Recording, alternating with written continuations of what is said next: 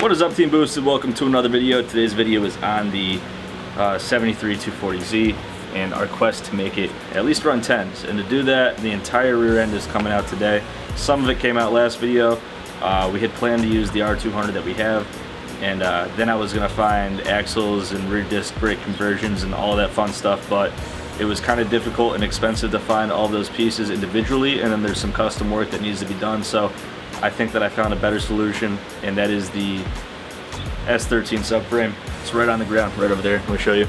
Assuming we can get this to mount, it is an all-in-one thing. It is upper and lower control arms, R200 differential, stronger axles, the CV type that it has now. We could upgrade those to R33 Skyline axles, which is good for like 1,000 horsepower. And then it's got disc brakes even, with the pads and rotors and calipers already attached. All the lines are intact. So assuming that we can get this mounted up, it's going to be the rear end solution that we were looking for the 240Z. And then scattered throughout today's video, there's going to be Devin making his motorcycle fit his facial hair a little bit better. Yeah, some of you express interest in you know, bike related things. We do it on the side. It's just the audience for that was never that big. But for you bike guys, this is what it takes to put those dumbass scrunchies on, the gator guards, the little black scrunchies. You gotta literally crane the front of your bike up and take the freaking forks off. It's a real pain in the dick. Unless you have a sweet motorcycle jack or a crane. Well, it is kind of a crane. Yeah, it's a shitty manual crane. Yeah, so, you know, he's gonna struggle with that, and I'm gonna get started on this rear end. Neither jobs are very fun. All this stuff has to come out, all of the suspension components. None of it's gonna be used anymore. We're gonna disassemble this too. All this stuff has to come out because this subframe weighs like 400 pounds, and to get the new mount points lined up under there, the brackets that we're gonna need to make, I'm gonna need to move this up and down quite a lot. So disassembly of that today, and all of the rear suspension coming out of the Datsun. We'll see where we're at when all that stuff's done. First thing I'm gonna do is get some Red Bull, because let's be honest, I mean, maybe I'm speaking for myself, but not all of us like to work on our cars 100% of the time or have the energy for it. I seem to have misplaced my motivation. So Devin, do you want a Red Bull or something? Yeah. Hope it was unlocked.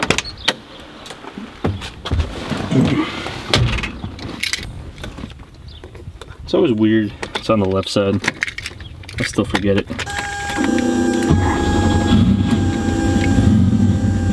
This air-cooled Porsche is like my favorite thing in the world. I mean, how can it not be, just to listen to it.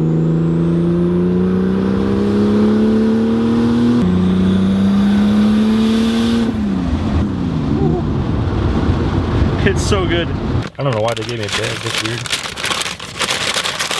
I usually just idle onto the street in third gear as to respect the neighbors.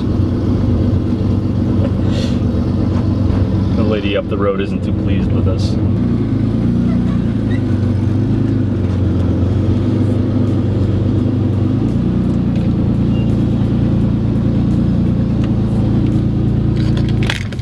Alright, the first thing I'm going to do is just take this entire thing apart. Get some good footage of it, make sure I can put it back together. I guess I'll just hit the time lapse, and it shouldn't be too hard.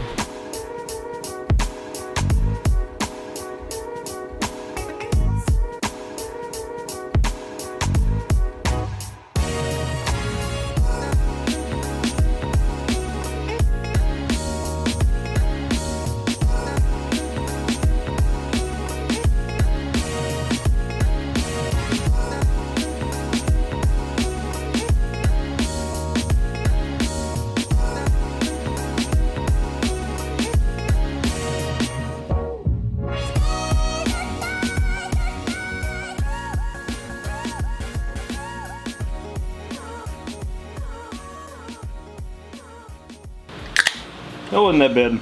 It took like non-time lapse mode, 45 minutes. But now I can move this around the garage and clean it, paint it, and most importantly, see how it's going to mount underneath the car. Then once we have it mounted, just got to put everything that I just took out in. I only messed up one important piece of hardware, but I'm sure I just get a new one. It's one of these. I went to take it off the wrong side, and it just kind of, the threads are just dick now, so probably get another one. Not a big deal. But next step is to remove everything out from the bottom of the car. I'm gonna chill for a second. Okay, so the other day we already took out the R180, so the only thing I really need to do is take off these caps that support the A-arms, disconnect the brakes, and then 3 bolts up top for each coilover, and everything that matters should drop down. This bar itself can come out. I'll take that out too, but that's it. That's just some bolts up there. This is gonna take like no time at all. I'm just gonna cut to when it's done, and then we could look at the subframe and kind of get a good idea as to where it's gonna bolt up. And then I forgot to tell you this. The car is gonna be 10 inches wider, about 4.9 really, 4.5 on each side. So we got some steel fenders we're gonna take a look at, because we need to add 4 inches to each side. And then it's funny because the back of this car is gonna be really wide. So maybe we'll have to do something for the front, maybe spacers or something like that. I'd like to widen it properly, but that's definitely in the future. To go fast though, let's get it super wide in the back, and then we could put some respectable tires on it. The R888s are good, but those are just stretched out 225, so yeah. Oh, and what have you gotten done? You got... I got new handlebars on. Partially. And scrunchies. No, dude, this definitely goes great with your yeah brother mustache. Woo! Oh Jesus! You should just not put a fender back on and do like a little bobber seat. I should just sit on the frame. Don't even put a gas tank on or anything. No controls, just roll it down a hill. Adam. You talk about the burnout? Yep. Yeah, Adam. Alright, this is where we're gonna stop today. Get the back half of the car out. The issue with lining this up right now is the jack stands are right in the way of where the back mounts are gonna go. So we're gonna have to somehow find a new spot for these jack stands. There's not a whole lot of points on this car, but some people have done this in the garage, so there is an alternative spot we could put those. Yeah, so nothing under here. Might drop the gas tank. We're definitely gonna drop the gas tank because we're gonna be welding under here, and I don't want to explode. So we'll do that. We'll grind up some stuff, and I think either tomorrow or Friday we're gonna get started on this. Alright guys, that's gonna do it for this one.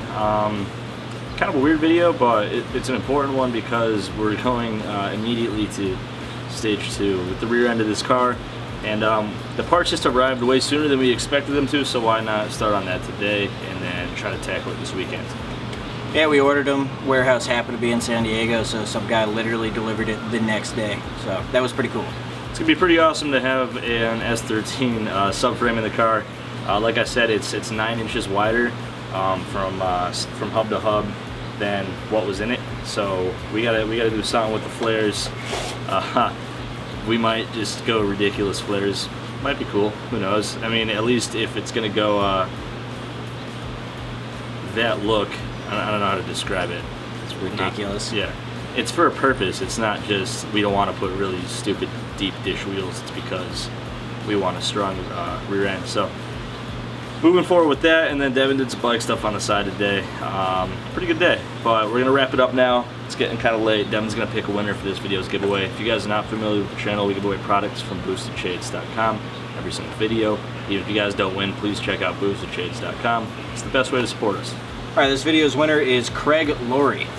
Alright, hit us up at Teamboosted at boostedshades.com or through any of our social media platforms. We'll get back to you and ship you your prize. If you guys want to win, all you got to do is be subscribed, like, and comment. If you want to win, you got to do those things, and any comment is eligible. But if you want to answer the question from earlier in this video, what color should we paint the subframe, you leave that in the comments if you care to answer the question. But that's going to do it for this one.